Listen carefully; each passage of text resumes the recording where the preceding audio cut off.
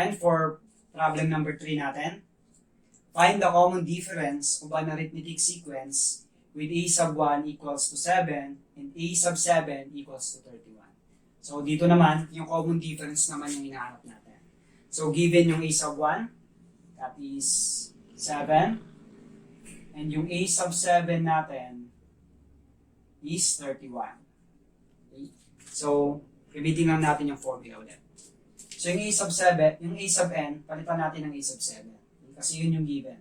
So a sub 7 is equal to a sub 1 plus, so yung n natin magiging 7. Minus 1 times the common difference. Now, alam na natin itong a sub 7, that is 31. And then yung a sub 1, that is 7. Then, simplify natin to. 7 minus 1, that is 6 times d. So, ito yung hinahanap natin, no? Si d, yung common difference. And then, transpose natin yung 7 sa kabila. So, magiging negative siya. Minus 7, magiging 6 dito, okay? 6 times d, 6d. 31 minus 7, that is 24.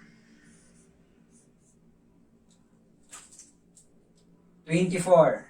So, equals to 6d. And then, para ma-solve natin si d, divide lang tayo ng 6. Okay, so cancel yung 6. 24 divided 6, that is 4. So, 4 is equal to d, or d is equal to 4. So the common difference is 4.